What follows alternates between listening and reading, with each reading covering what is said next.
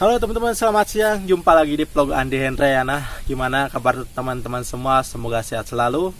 Yang lagi berusaha, semoga lancar-lancar saja usahanya. Yang sedang meringkuk di rumah, semoga lekas sembuh. Karena cuaca untuk kesempatan hari ini begitu mendung teman-teman. Keseringan lebih sering hujan sih kalau saya lihat teman-teman. Ya teman-teman, masalah rezeki orang itu gak semua orang sama ya jalannya itu.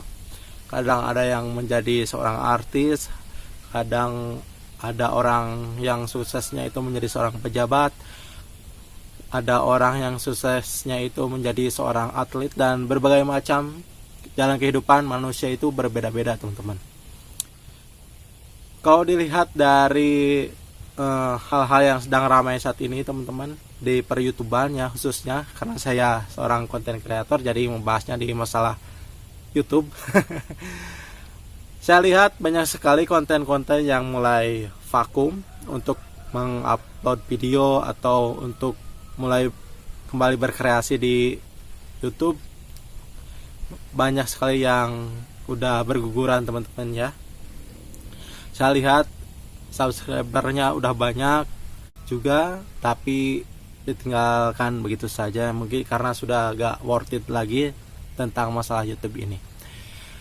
Jadi saya punya kesimpulan teman-teman bahwa bikin konten itu tak sesimpel yang kita kira teman-teman sebagai konten kreator ya. Apalagi kontennya atas menamakan diri kita sendiri teman-teman, tentu itu menjadi sebuah beban tersendiri bagi kita, apalagi kita ini tidak punya sesuatu yang bisa ditampilkan, atau lebih cenderung kita ini sosok yang pendiam atau pasif orangnya, jadi gak begitu aktif teman-teman.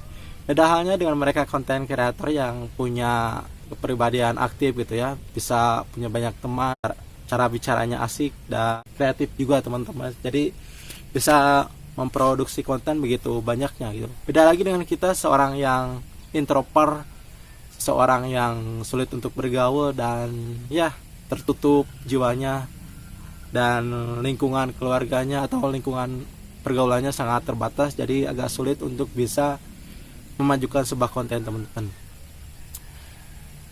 Intinya konten ini adalah sebuah, bisa dikatakan sebuah jualan teman-teman ya. Jualan apa yang saya tampilkan, apa yang kita tampilkan sebagai konten kreator untuk dipublish, untuk ditonton sama orang. Nah, untuk bisa ditonton sama orang itu butuh isi kontennya apa, dan harus bisa menarik perhatian mereka sebagai penonton. Jadi mereka bisa menjadi penonton yang tergantungan terhadap kita. Dan untuk melakukan hal itu tidak mudah, dan tidak semua orang mampu untuk melakukan hal yang seperti itu teman-teman. Jadi ya saya acungkan jempol buat mereka-mereka yang punya keterampilan yang di luar manusia pada umumnya. Ya, tentunya ini ada sebuah kemampuan yang tidak banyak orang miliki gitu loh.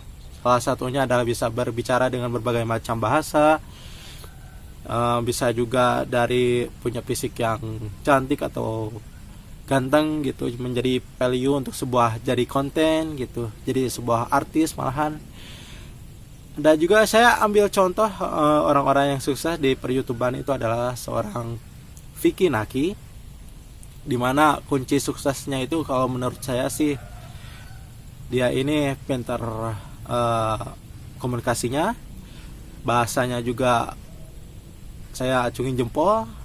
Tentu konten yang dia buat pun dikonsumsinya bukan hanya untuk saya saja, tapi di mancanegara juga pasti ada yang nonton channelnya Vicky Naki atau kontennya Vicky Naki. Itu yang membuat channelnya menjadi sukses, dan ditambah lagi dengan bumbu-bumbu drama yang ya Vicky Naki jalani gitu loh. Sekarang sudah ada pasangannya gitu kan, itu menjadi sebuah jalan cerita kehidupan di kehidupannya dia gitu. Jadi sebuah dokumentasi untuk bahan kontennya untuk bisa diupload di YouTube dan menjadi sebuah diary dia. Tentu juga itu akan menghasilkan lumayan banyak pemasukannya untuk dirinya dan juga masa depannya yang cerah teman-teman. Nah, tak semua orang mujur kayak Vicky Naki, dan banyak juga pasti orang yang pintar berbahasa lainnya, bahasa asing tentunya, tapi tidak sama mujurnya dengan Vicky Naki. Saya lihat dan di usianya dia masih muda itu 22 atau 23 gitu. Bila dia ini sudah sukses dan bisa mendapatkan pundi-pundi uang yang cukup banyak teman-teman. Jadi sehingga mereka bisa tertarik dengan konten-konten yang Vicky Naki buat gitu. Beda dengan konten kreator yang sudah lama berkecimpung, udah penontonnya udah mulai bosan dan ya mulai meninggalkan kontennya secara perlahan dan mencari konten kreator yang lain yang lebih menarik teman-teman. Saya lihat seperti itu sih, banyak sekali konten kreator yang udah banyak subscribernya, sudah lumayan terkenal juga, tapi tidak lama juga, akhirnya lama kelamaan bisa surut teman-teman. Jadi ya kehidupan manusia itu kadang di atas kadang di bawah teman-teman. Jadi tak semuanya dan tak selamanya di atas, semuanya itu ada masanya, semua ada waktunya gitu teman-teman. Ya, jadi saya rasa jadi konten kreator itu sebuah tantangan, karena tidak mudah untuk membuat apa yang sesuai dengan apa yang diminati penonton teman-teman. Tapi terus saja kita harus mencoba, kita harus menggali potensi apa yang ada dalam diri kita sehingga bisa dipublikasikan, sehingga bisa menarik perhatian orang. Dalam artian harus dalam hal yang positif teman-teman ya.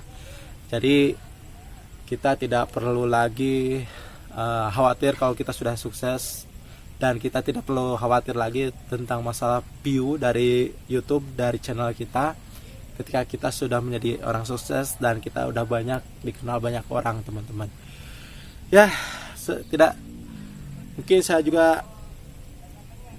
semua orang juga ingin menjadi orang yang sukses, tapi dengan cara yang berbeda-beda dan dengan keberuntungan yang berbeda-beda juga teman-teman ya. Tentu setiap orang, setiap insan manusia itu tidak sama keberuntungannya teman-teman. Jadi ya inilah sekedar omongan yang garing teman-teman, omongan yang gak jelas.